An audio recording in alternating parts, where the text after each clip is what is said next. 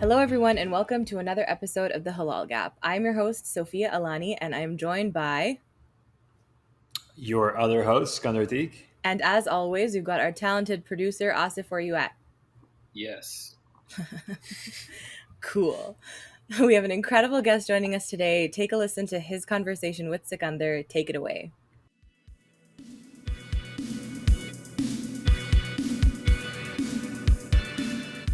He is an actor, comedian, Clubhouse roast master, and former professional gamer who you've seen as an on-air talent for Major League Gaming and more recently on the hit Hulu show Ramy. With his stand-up, you've seen him at shows all over America with over 80 college performances, including sold-out shows at iconic venues across the country.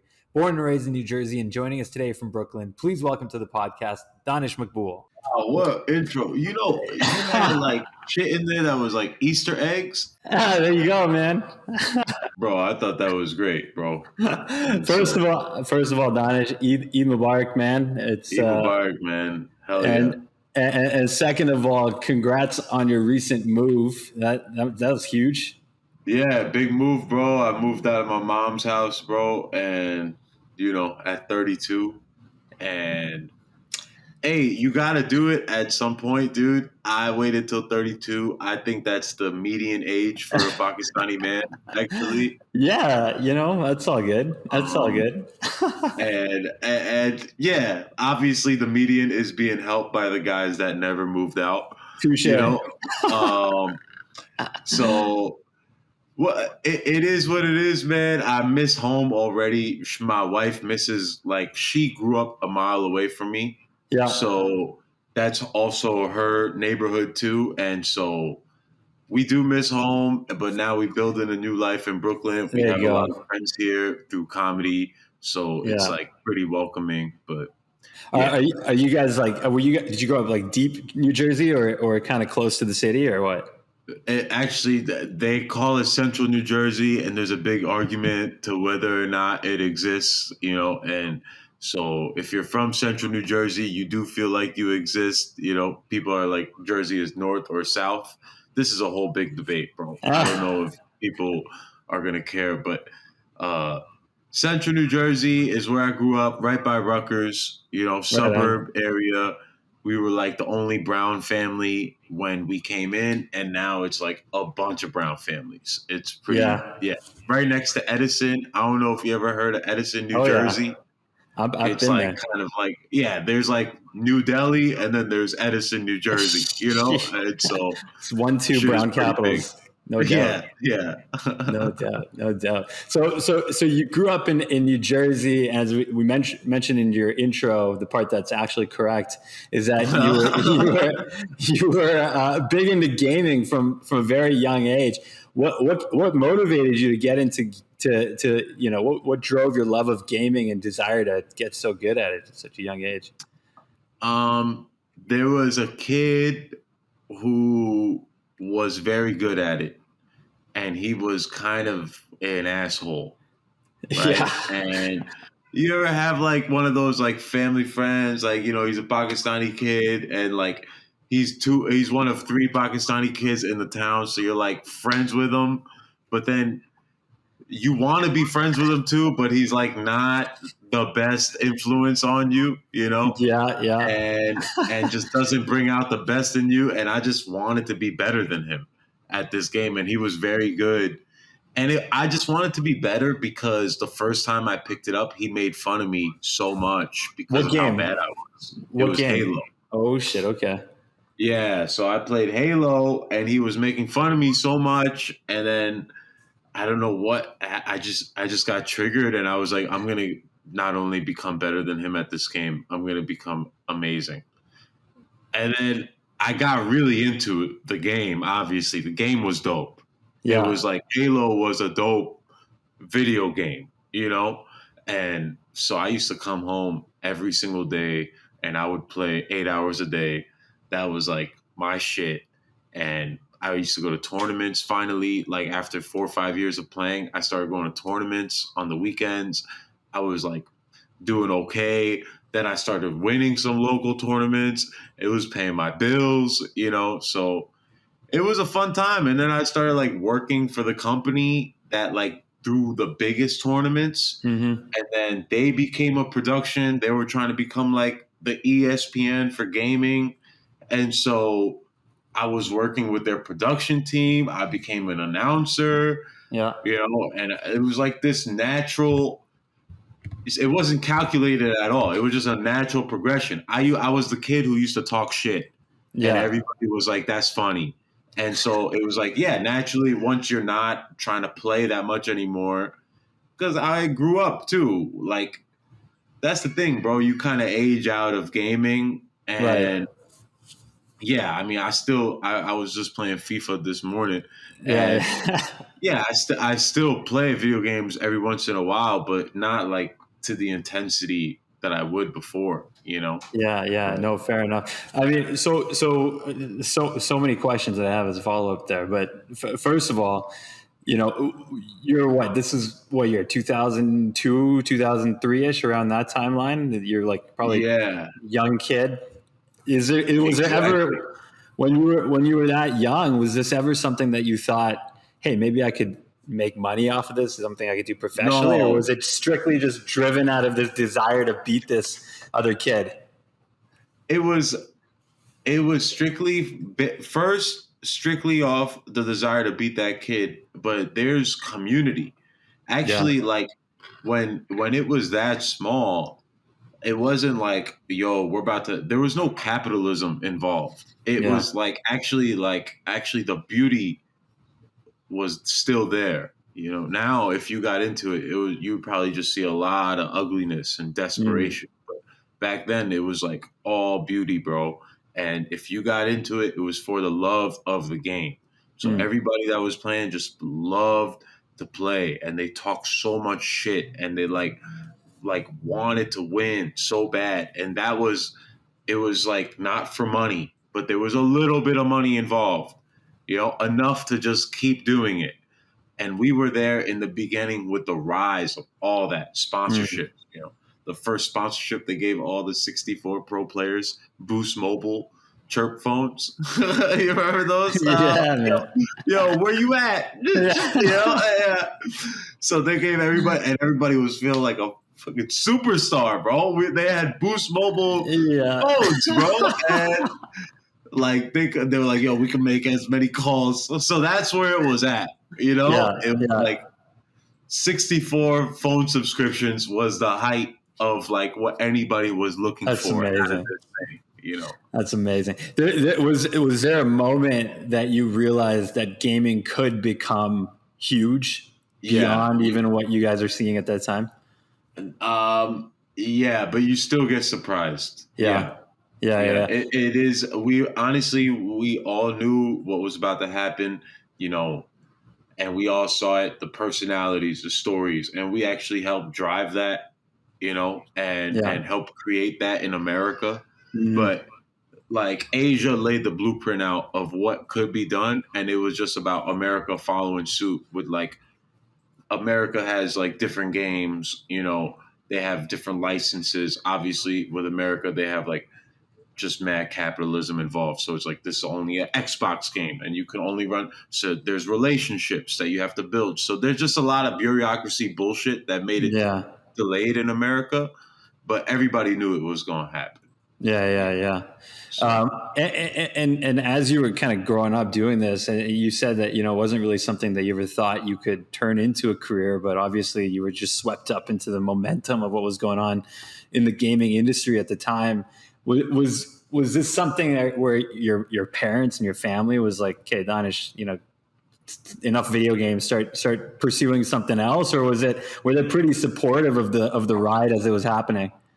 uh no, they were supportive Yeah, because video games is it's interesting, it's still computers, right? To them. totally. Like from a brown perspective, you're like, Yeah, oh, he's like doing something with computers, maybe yeah. my mom would be like, why don't you build games, which is like, if I was interested in that, that would have been a great suggestion, to Hmm. like go build games. In fact, a dude I used to co-host a show with in gaming went on to like build his own game called Rogue Hmm. Company, and it's like a big game. So yeah, that it's a great suggestion, but it's just like it's hard to tell a kid who got into gaming and wanted to do it as a profession what to do, because it's Totally. like, dog, I got into gaming. I can do whatever the hell I want. You know what I Yeah, mean? fair enough. So, like, let me kind of just go where the wind blows, because I know that I'll figure it out.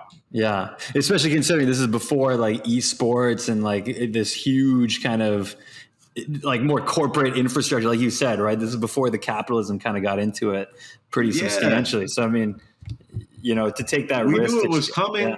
yeah, You could feel it coming, like the wave of money, which was really exciting. Like, yeah. oh, this is about to be bigger. In fact, you gonna be a star. Like, dude, Ninja is this kid. He was on ESPN, the cover magazine Right. recently. Yeah. Bro, I've seen this kid at tournaments. Like, that's my boy. I heard you used to babysit him. I heard Yeah, bro. you had to, I used to fucking, bro. yeah. His parents used to be like, "Watch out for my kid at tournaments." Yeah.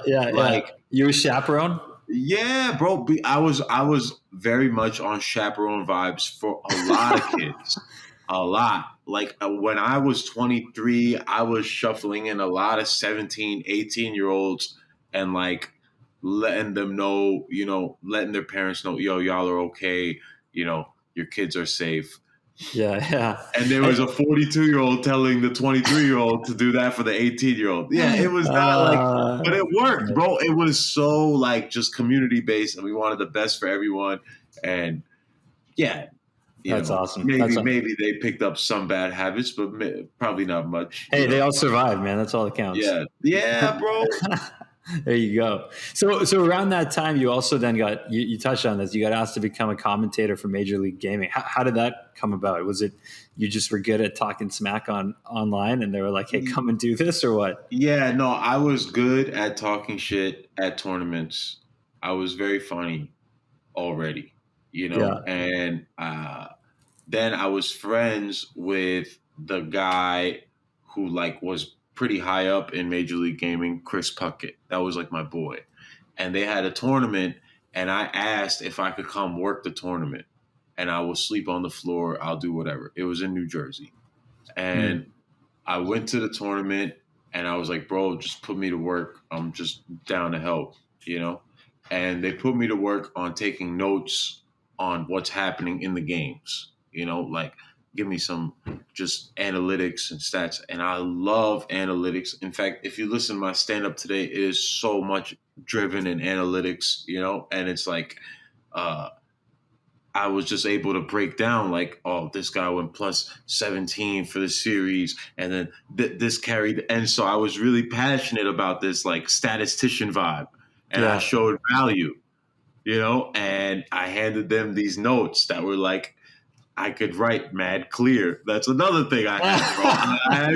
I have real clear writing, bro. Like, nobody would expect the penmanship that I got, and it's not like A plus, but it's like a solid B plus, right? And so good enough. Yeah, it's good enough. It's like handing you these fucking clean notes, and you are like, now, oh, okay, I didn't expect this. I showed my value, and then they just picked me up. And I started off like as a producer, but I showed that I wanted to do more. They put me up as a commentator. I knew how to just do it because I used to do that on Madden. I would just turn down Madden because the commentary become repetitive. So I needed to create my own storyline for the seasons, right? So I would just commentate the whole game so I could like commentate on the stats and like, oh, he now has 44 catches for the season. Yeah, I was like, yeah, you can't do that on a regular commentary. You know what I mean? Yeah, that's amazing. Austin was just sending me a note on the side. He was asking if your penmanship was as nice as Mrs. Danish's. Oh my God, bro. Yeah, y'all have done your homework, bro. This is Danish, bro. That was my first grade music teacher. She was tall too, bro. She had like a Big Bird vibe, She was tall. I heard she made some questionable calls in terms of saying. Yeah. You talk about the one time Yeah, which is true, bro. She did ask me. She's like, or she just said it. She was like, if we got married, your name would be Danish. And I was like, dog, I'm 6. Like, well, what are you saying? This is wild that you're saying this right now. You are a wild person, Oh my Also, God. And I was still on like, hey, yeah, you gonna be a Maqbool though. Don't get it twisted. Yeah. Don't ever get it twisted.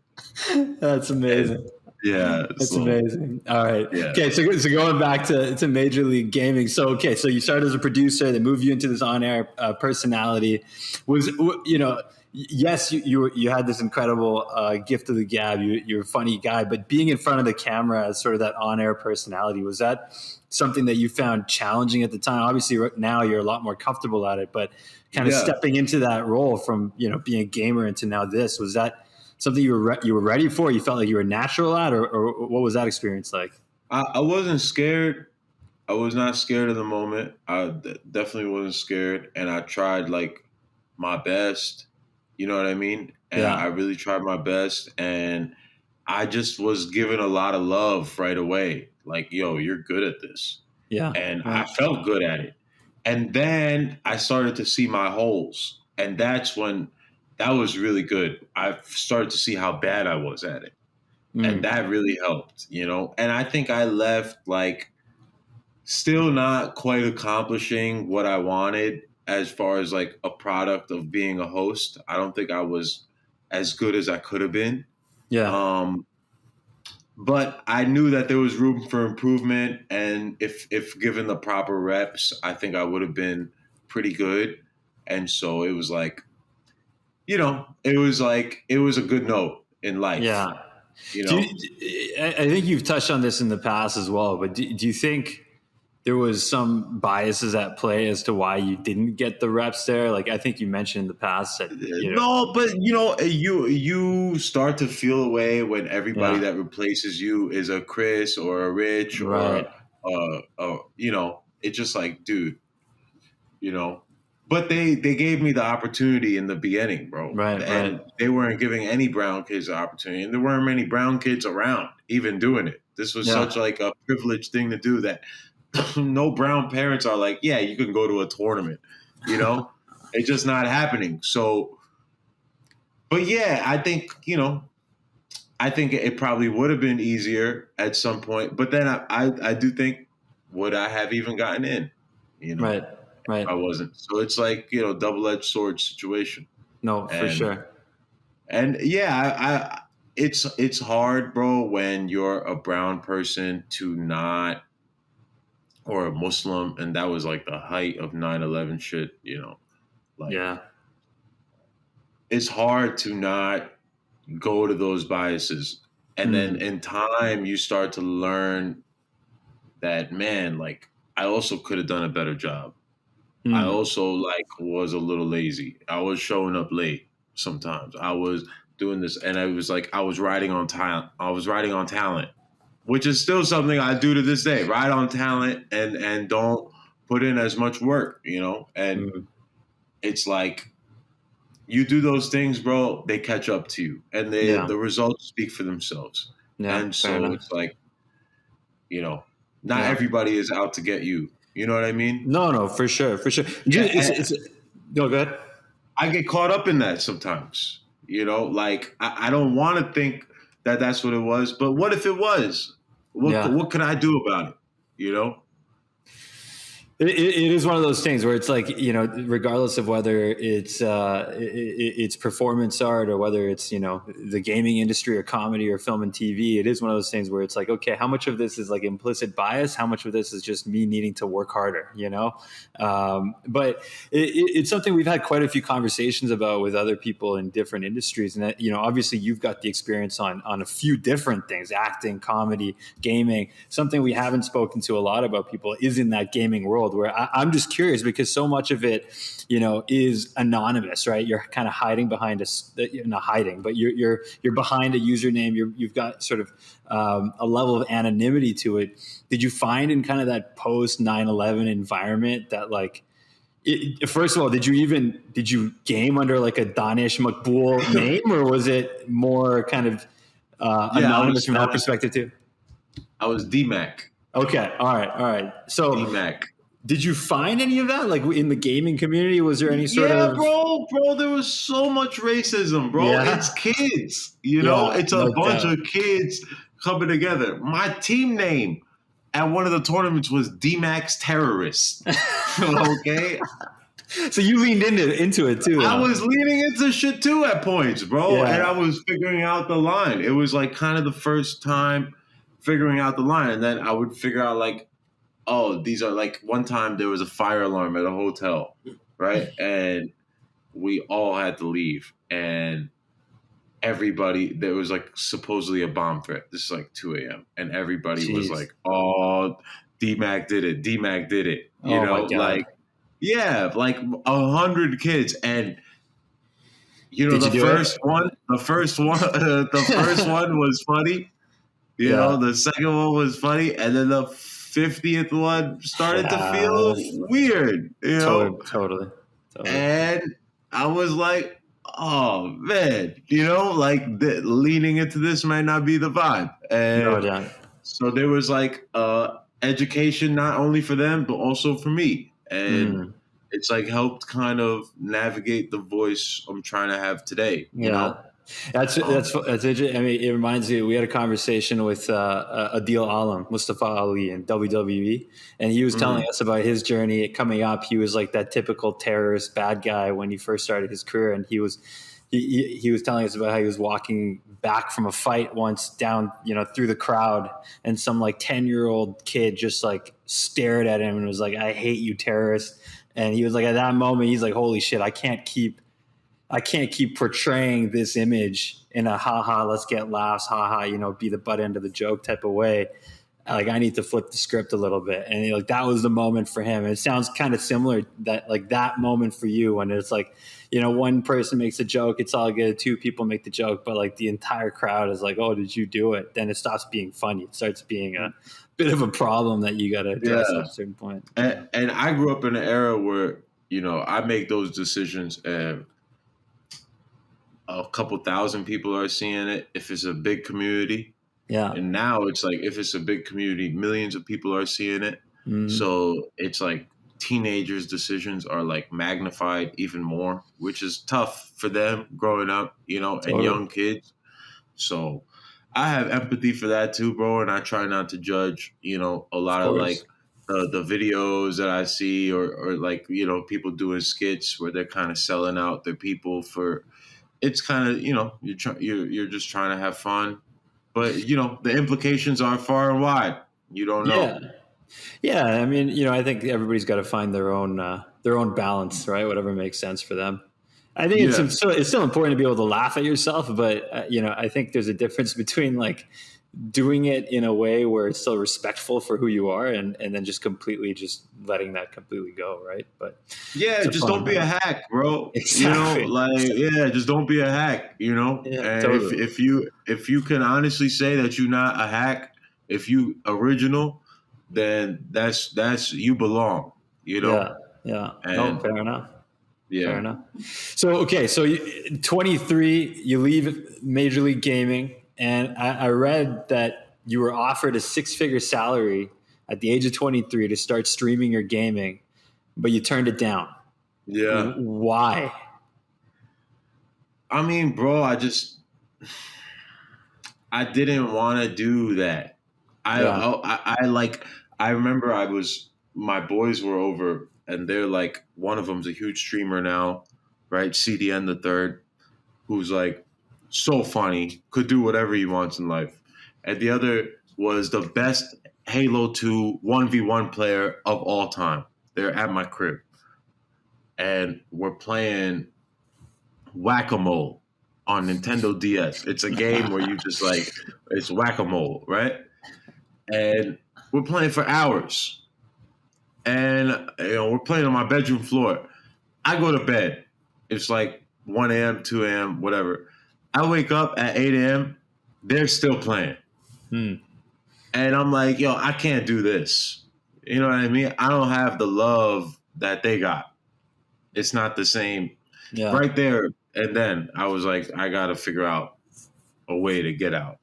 So was it around that time that you were also thinking about comedy as a Yeah, I was career? thinking about comedy. I was like kind of tired of writing, producing shit that I wasn't able to express myself. Yeah. I wanted to do stand up since I was a kid. I thought that like doing this would fulfill me, and also it was a career because it's like a mending of me talking, and also I like video games a lot, you know. But I didn't love not being able. I like love being able to express myself, you know, and so I wanted to do it, man. But I just was so scared. I was so scared, like just terrified, Yeah. and I just started like writing jokes and I started watching mad stand up, like an insane amount every night for like a year or two. It was like 8 hours a night at this Starbucks that used to be open 24 hours. It's not anymore. And I would just be there and I would watch everybody stand up and I would just write jokes and they were bad, you know. But then I wrote one or two that I liked, and that was enough. And it took me like a year and a half, and I felt like an expert after a year and a half. Like I was like, this is as good you can be at stand up without ever having tried stand up. You know, like I was like, you have mad information. You've like consumed everything. You're like a student. Yeah, the student. Yeah, you become such a historian on this game. Now it's like you're in a good place to start. And I was. My first year went very good. Yeah. And the second year was very rough, like it should be, because I was taking chances and growing. And the third year and fourth year, you know? Yeah. So was it a big, and I think I know the answer to this because you just kind of alluded to it, but was there a big like mental pivot you had to make from being literally like one of the best in the industry in gaming to now starting basically from the bottom in a completely different industry and career? Like what was that kind of, was it easy for you to make that mental transition or was that kind of a big hurdle for you to overcome? No, that was the toughest time of my life for sure. I wasn't in love with who I was for the first time. You know, I was transitioning into this person trying to be funny, and it wasn't funny. You know, and funny is a language that you kind of have to unlock. It feels like, I don't know, you know, but it wasn't there yet. Yeah. And so I was really frustrating, you know, and because I was such a funny kid and I was like trying to figure it out. I was like, how can I, because once you're trying to do it on command, it like changes, you know? And so I was just frustrated, man. And it was like, I felt very unfulfilled, you know, like there was this time I was working at the mall. I was working at T-Mobile, right? And I was working at a kiosk. Okay. I used to work at the store for years. Then they moved me to the kiosk and I'm in the kiosk and it's a pretty dead mall. And this kid walks by and he keeps staring at me. Right. And I'm like, what? And he keeps staring at me and he walks by and then he just stops and he looks at me and he goes, DMaq? And I go, yeah. What's up, man? And he goes, what happened? You know, and I was like, I was feeling pretty low. I was feeling pretty low at that moment, bro. I was like, damn, bro. What happened is you took a risk, man. That's what happened. I took a risk, and I was now working at a T-Mobile kiosk, and I was like flirting with open mics, and you know, the one thing that helped is when I started doing open mics, I started and I never stopped. I did 2-3 a day if I could. You know, I went out every week. I've done 10 shows a week for the last 9 years of my life.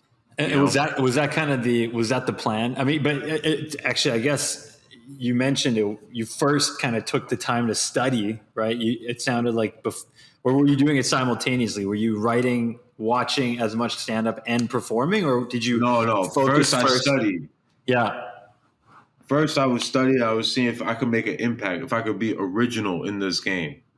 Then I wrote something that I thought was pretty original. And then I was like, okay, now I'm ready. Yeah. And so there were steps. And obviously, for the first year, I was writing out all the stuff that I had like saved up in this notebook.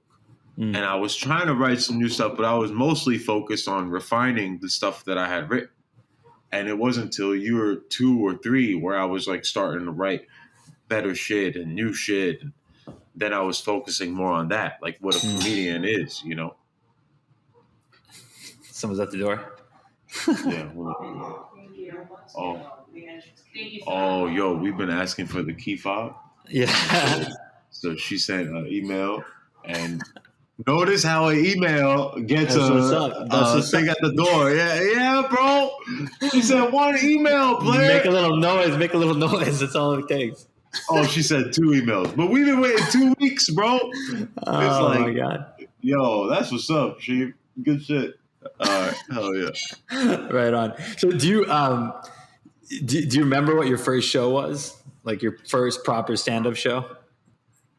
No, it was just open mics for so long. It was open mics? Yeah, and then you would go to Harlem. I started in Harlem. Then I would go to Harlem. Yeah.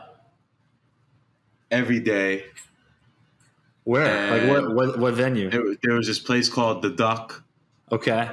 Run by this guy, Kenny Warren. Nice guy. He's a barber as well and a comedian. And he runs like a club now at on McDougal Street, like next to the Comedy Cellar. You know? Which one?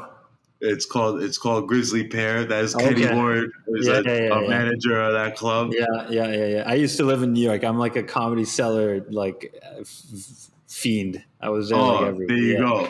So yeah, he's over down there. So like the people that come into the show. Exactly. Yeah, he's not on that vibe. Yeah. Did you have you ever seen Crashing? Yeah. I never barked. I was gonna ask. Okay, so you didn't have to go through that grind. No, because there's other ways to do it. You don't have to do that because that's like getting in front of audience members, right? Right. I wasn't thirsty for that. Like we were just refining amongst each other. I didn't have a tough time getting in front of audience members because honestly, I'm part of the Muslim community and it's like they were going to give a kid a shot. So it's like I just wanted to make some shit that was like not just for Muslims. I wanted to make something that was for comedians, for people who find shit funny, for everybody, and Muslims too, And so my path was different. I didn't need to do this barking situation, which has its own like pitfalls too, So yeah. There's different paths. We got lucky, bro. Like brown people coming up today, they get lucky, bro. Like MSAs have paved my way, through the last 3-4 years straight up and able to develop my shit. And I would not be where I'm at and like as good as at what I do if it wasn't for MSAs. So it's like, I appreciate them for real. Is that a balance that you're trying to constantly strike between being a Muslim comedian versus a comedian who's Muslim? Or is that not even something you think about? Well, I would not do well at the shows that they booked me at, because it was hard for me to find my tone with them while still maintaining. Because I'm not going to sacrifice my own sensibilities. I don't care how much you're paying me for what, I don't care. That's my own shit, Totally. I'm not going to start doing an accent. I'm not going to start doing like these lighthearted jokes that because y'all don't want to hear about certain things, No, and I need to figure that out. So sometimes it wouldn't go well. A lot of times it wouldn't go well, And then it started like figuring it out. And then it started going much better. And there was a much higher success rate all of a sudden, And I would like go into the gig. I was like, yo, I used to walk into this gig like, this has half and half chance, you know what I mean? And now I'm like on some 80-20 vibes, 90-10 vibes sometimes, you know? And that's really cool because I'm more me now than ever. Yeah. And so I know, like, it just because I got better at the thing, and those sacrifices I made by just bombing back then, they paid off, you know? I remember there was this one uncle who booked me, and he's a nice guy, dude. And he paid me I think he paid me $1,000. That was a lot of money at the time. Sure. And I was very happy, and I did not do well at all. And I remember his look, you know, and it was like very, very disappointed. Very disappointed, dude. You know, because it was like his thing, and then I had to drive home. Oh my God. Right? I drove home like 18 hours, bro, because I drove from Minneapolis. Yeah, it wasn't a regular drive. And then I did another show like 2 years later, and he happened to be there. Right? He was just there. And I tore that room apart, right? There you go. And I remember looking at him on the way out, dude. You know, and he looked at me, and I was just looking at him only, you know, and he knew why I was only looking at him, you know. That's amazing. And it was cool. Yeah, it was nice. It's cool because, you know, you mentioned it's like within sort of this MSA / Muslim community, you know, we've got this up and coming group of and there's been pioneers for the last decade or 2 decades, right, of Muslim comedians and performers who've kind of paved the way. But it's cool to see that you can see the progression, you know, of these comics and of these creators, right? Like you even into the mainstream, right? I mean, everybody from, you know, Mo and Ramy to yourself, right? You're starting to see that transition now from more of a niche kind of Muslim only audience to a broader and broader and broader and bigger and more mainstream audience, which is awesome. More exposure, more opportunity. It's thanks to the pioneers, bro. Yeah. You know, Azhar is the one that totally. I give him all the cosign in the world. He found me when I was doing a bunch of MSAs, and he's like, yo, I heard about you, and we met, and we just became brothers. And that's how I met Mo. That's how I met Ramy. And he made sure I stayed on the proper path just as much as I made sure. You know, we both wanted the same thing. We shared a very, very much the same vision for myself. And he had to make sacrifices for himself and his act along the way, just so he walked so we could run, you know? Right. And so it's really cool. And I pay him a lot of the respect, and all the other brown comics for sure, but specifically for me, it's Azhar Usman, you know? Yeah, right on. So, Azhar hosted the Mosquers in the early years, 2009, 2010, around that point. And I wasn't there that year. This is before I joined the board, but I remember he just tore every movie apart. And all these young filmmakers are in the crowd just oh, my dreams are crushed. But the guy's hilarious. I love that guy. He's amazing. He's so funny, dude. He's awesome. So funny. He's awesome. So you have talked in the past about the importance of getting a late night gig, right? How it's something that for a brown or Muslim comic is valuable, right? It's a milestone, right? And is that something that you still think is you know, one of those holy grail type items, or what? Yeah, I want it still.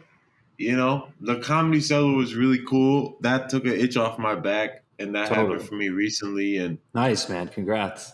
Yeah, thank you, bro. And yeah, but I still want it, you know, and I want you know, and I feel ready for it. Obviously, I've been ready for it. Yeah. So yeah, I would like for it to happen, bro. It's sometimes is frustrating, man. And as a brown dude, I don't know why. I don't know what it is. I think I have no idea. But a manager who's not brown has never approached me to handle my shit. Really? You know? Yeah, which is not a big deal because you honestly don't need a manager in this game. You don't need anybody. But it's just interesting that it's never even happened, you know? Yeah. Like, I mean, I wouldn't like. I saw you perform in Chicago for I Heart Halal a couple of years ago, and yeah, I wouldn't say that your comedy is like, only South Asian catered by any means, right? Like, it would be yeah. it's surprising that there hasn't been more of that. Reach out. So yeah, it just sometimes, man, they kind of put you in a box Yeah. without you even like, and you have to now like flex that you're not in this box, Right. right? So I've had to now put out material, let people know what my comedy is about, Yeah. right? Like I didn't want to do that. I wanted to Yeah. just put it out on a thing, but it's like it's fine. I'm actually Yeah. very happy that I did because Right. I wanted to get rid of that stuff anyway. Huh. So, it's just interesting that it's not like a slight or anything. It's just interesting. That's Yeah. all it Yeah. is. Yeah. You know. What has performing, especially at the Cellar, which is like so like it's such a compact room with like you feed off the crowd energy. How has that been? Like, I know they've recently reopened, but while they were doing those Mint shows, which for those who don't know is kind of like a virtual show, So like dope.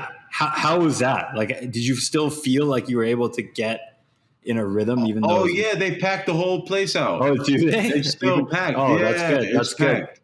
That's You awesome. they only take out one table, so it's like 8 less Oh, okay. people. So it's like instead of 220, it's Yeah. 212. But were you performing during like the limited, or like were you performing much during COVID at all, or what? Yeah, and that was, it was different, but it just honestly, as a young comedian, it just took you back to where you were 4 years prior, Fair enough. So Fair it enough. was like, bro, I'm used to this. People not showing up to the shows, like this is fine.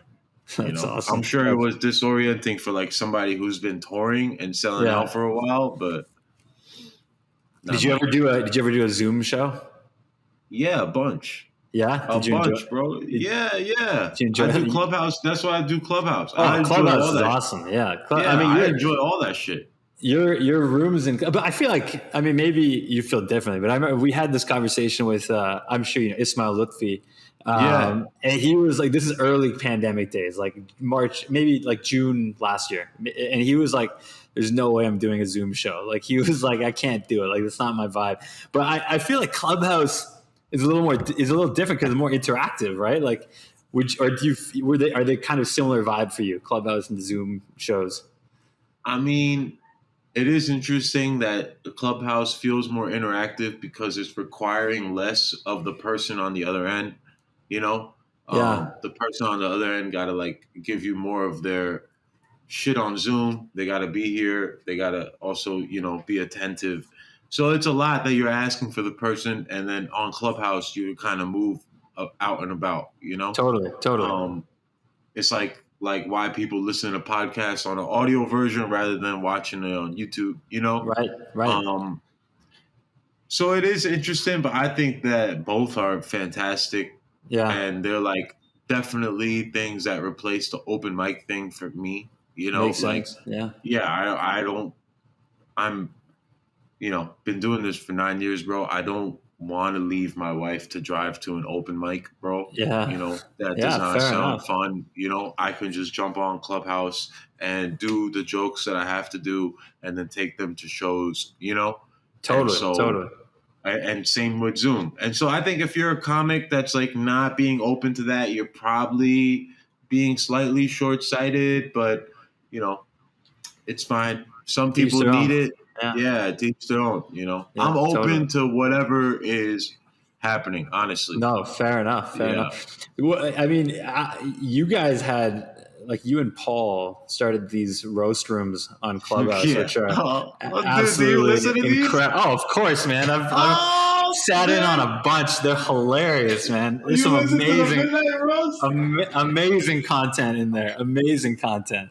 So how did that come about? Like, were you guys just one day like, hey, let's just start a roast room on Clubhouse and see what happens, and it just popped off, or what? Yeah, that's basically what happened. Yeah.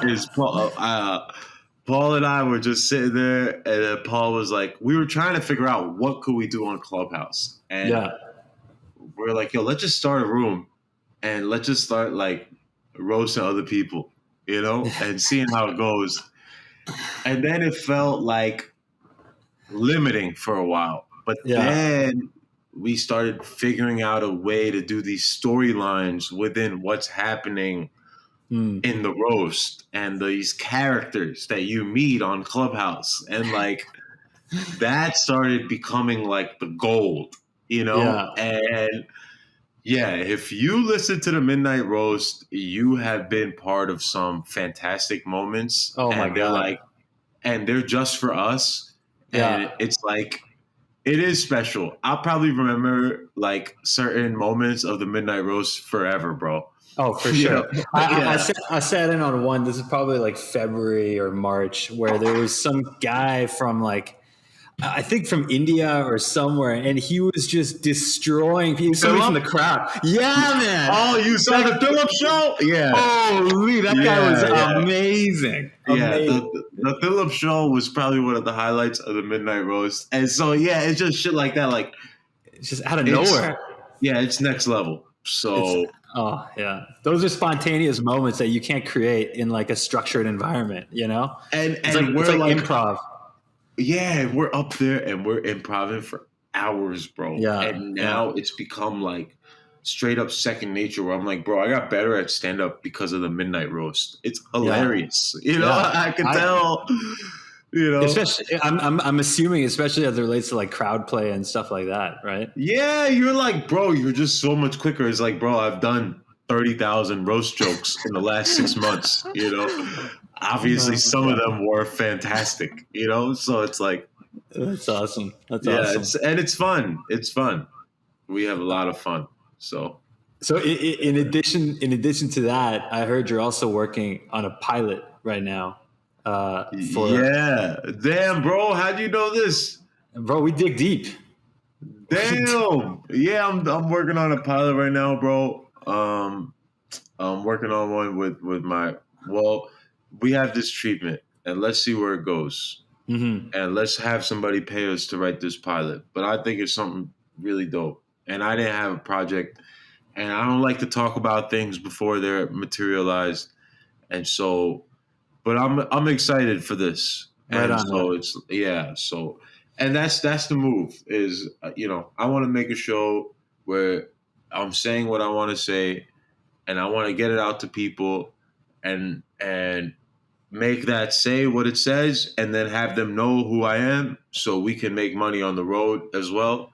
Mm-hmm. I don't want to just be one of these comedians that gets lost in the abyss. So, I'm working to make that happen, bro. Do you find that there's you have to strike a balance between writing specifically for the pilot and then writing for your stand-up, or is it pretty intertwined where it's it's one and the same? You take jokes from one, put it in the other. Well, I'm writing the show with my friend Natalie Alcohol, who's like one of my very close friends, and she's a very hilarious comedian. And so, no, it's sometimes she's like, yo, we should use that joke in this, and I'm like, yo, we should, and it's great. It's a great collaborative thing. And you don't feel like you have to like switch your mind off on one section, turn it on the other section. It's kind of all one and the same, hey?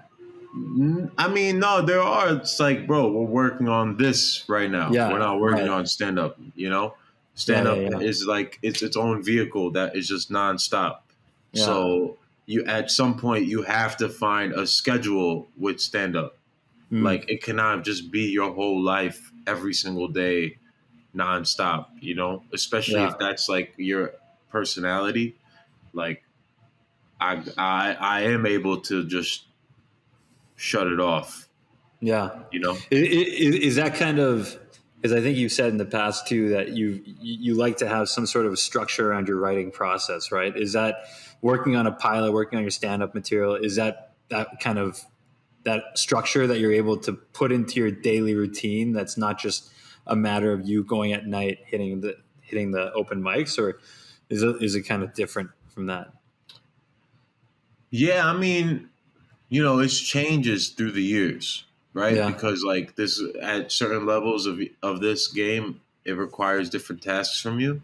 And so Yeah. open mics represented like a large portion of my life at some point. And Mm-hmm. then they represented like zero after a while. Yeah. Yeah. And so it was like it changes. And so Yeah. it's like now writing a show is like probably where open mics were, Right. you know, Right. and then, you know, so it's like trying to navigate that and I'm sure building my hour is going to be where writing this thing is soon, Sure. you know? Sure. So like There's your all. priority one is Yeah. always interchangeable. Yeah. And like, that's the game, you know? Makes sense. Makes sense. Yeah. So switching gears a bit, you mentioned that your audition for Ramy was more nerve wracking than even your first like stand up show, like entering into the stand up world. Would you say that's The because audition was cool. The doing it. oh, they're doing it. Okay, okay. So the Yeah, doing yeah. it was more. Why is that? Was it because that's your first time in a camera in front of a camera in a long time, or what gave you that anxiety? No, it was my first time acting, Oh, you okay. know? Yeah, And yeah. I've never acted, bro. You know, I've Okay. always been a producer or a commentator or a stand up, and I've never acted. And this guy just put me, and he set me up for success. You know, like he did. You know, he gave me a role I can manage. You know Yeah. what I mean? I had Yeah. more lines; they got cut. So, you know, like he gave me something to have fun with and play Right. with, and I learned a lot from the experience, and I'm very thankful to Ramy, and he's just the best guy, dude. Like he really is, and I love him so much. You know, like Yeah, Rhyme is great.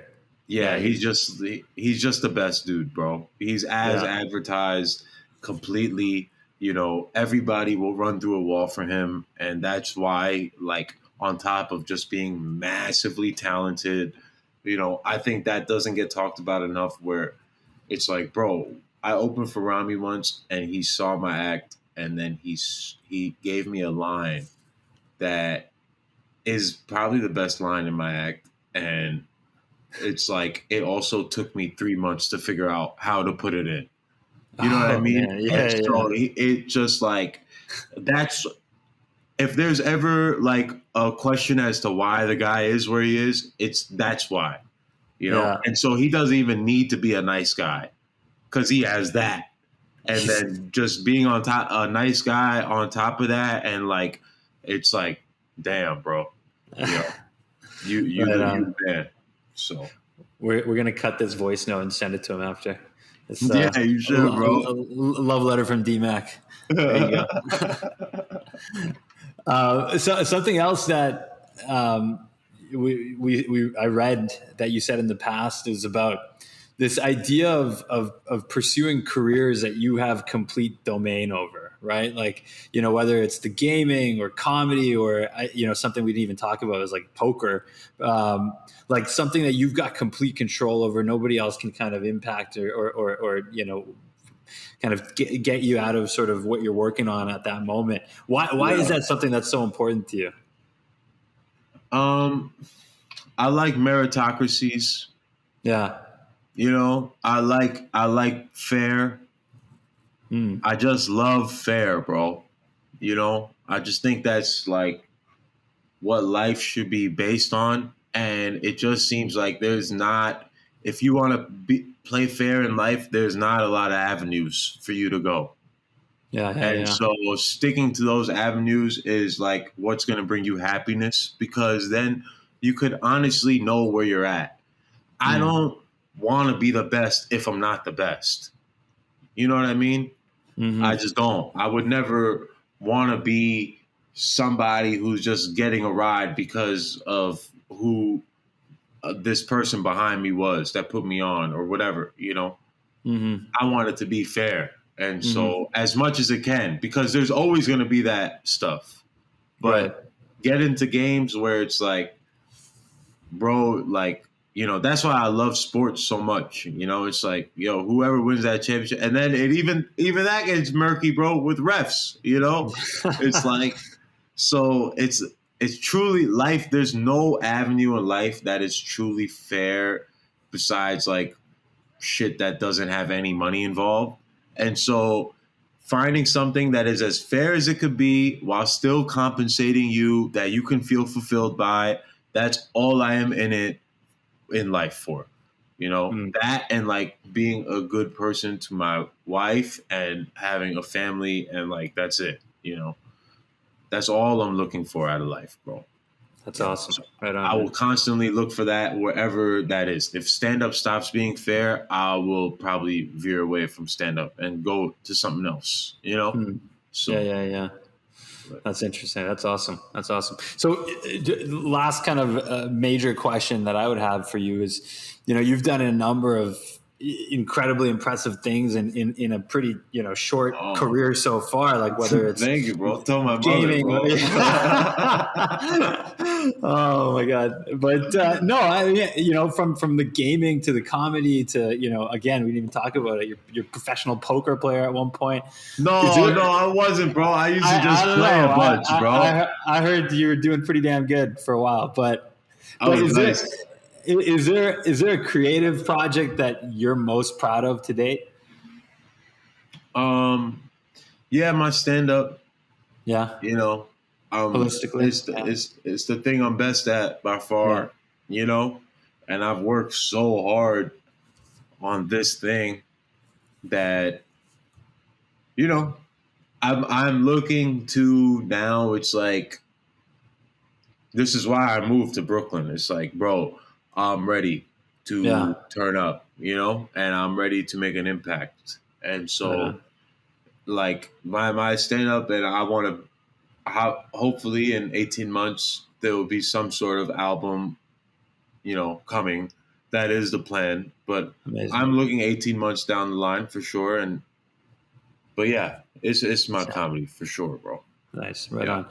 Okay. We like to wrap with some rapid fire questions. Are you down? Yeah, cool. Hell yeah, down? Yeah. All right, cool. So this is first thing that comes to your mind. No right or wrong answer. Just whatever you think of, just go with it. All right? All right. Okay, here we go. Number one, what's the weirdest Clubhouse topic you've ever come across? Israel is getting a hit today. Please pray for Israel. That was the weirdest. Oh my God. That was the weirdest one, bro. Oh my God. Okay. All right. That is, yeah. Anyway, number two, what's your most rewatched movie of all time? Damn. It's probably Rounders. Rounders. Okay, interesting. Or Swingers. Swingers. Okay, even more interesting. Yeah. All right, good stuff. You like the one-word plural noun movies? Got it. Yeah. What's the worst video game of all time? What's the worst video game of all time? Shit, man. Oh man. First thing that comes to your head doesn't have to be. The worst video game of all time has got to be. It's got to be one of these like. Oh, there was a beach volleyball game. That don't need to exist, bro. Yeah, that don't need to exist. By the way, completely random aside, but did you see that some Olympic team, beach volleyball team, women's team, just got fined for refusing to wear bikinis at the Olympics? Hilarious. Yeah, right? Ridiculous. Ridiculous. Yeah, bro. Some people finding you for wearing too many clothes. Some people find you for not wearing enough. You know, it's like insane. It's insane. It's crazy. Yeah, it's crazy world we live in, man. Okay, number 4. What's your most regrettable purchase? NFT. What did you buy? I bought a painting. Man. Yeah, I don't even want to talk about it because my wife is here. That's how bad it was. You know what? It's still early. You never know, man. You never know. No, we know. We know. Trust me, we know. Oh my God. Okay. And number 5, this is a question that we always ask. What is your favorite way of eating potatoes? And this could be like fries or chips. Yeah. No, it's fries. It's fries. Fries wins Although, the day. curly fries should get more love, and I think they should be more the staple. Yeah, curly fries are just amazing. So I would agree with that. A little bit of seasoning salt on it. It's good shit. yeah, it's fantastic. Right on, man. Hey, Donish, this was awesome. Where can people find you and your work? What's next for you? Give us a little plug, man. Okay, so you can find me on Instagram at DMaq1, and going on tour with Mo Amer for a little bit. We're going to Austin, Amazing. and Natalie Alcar is coming, so we're going to Austin Paramount Theater at the end of July, and then Right DC Improv first weekend of August. And I have a podcast called The DMaq Hour that is returning. I got a producer like you got Asif. Okay, so he's helping me with my situation, and we are very excited to relaunch. Love it, man. Thank you, And man. then, Thank you this so was much. amazing. And I Yeah, would you also guys are highly great. recommend. I would highly recommend people to check out the Midnight Roast on Clubhouse. Oh yeah. At the comedy. If you're in New York, you can see Donish at the Comedy Cellar from time to time. Donish, best of luck and continued success, man. This was awesome. Thank you so much, dude. I appreciate you guys, man. Thank you guys so much. Right on. We hope you enjoyed today's episode of The Halal Gap. Join us next week for our guest, Latif Nasser. The Halal Gap is a Mosquers production. You can find us on Instagram, Facebook, Twitter, and TikTok by searching Mosquers Film Festival. Thank you to our sound and video editor, Arish Jamil, our tile artist, Narmeen Syed, and our producer, Asif Qureshi. On behalf of Sikandar and myself, thank you for joining us. Catch you next time.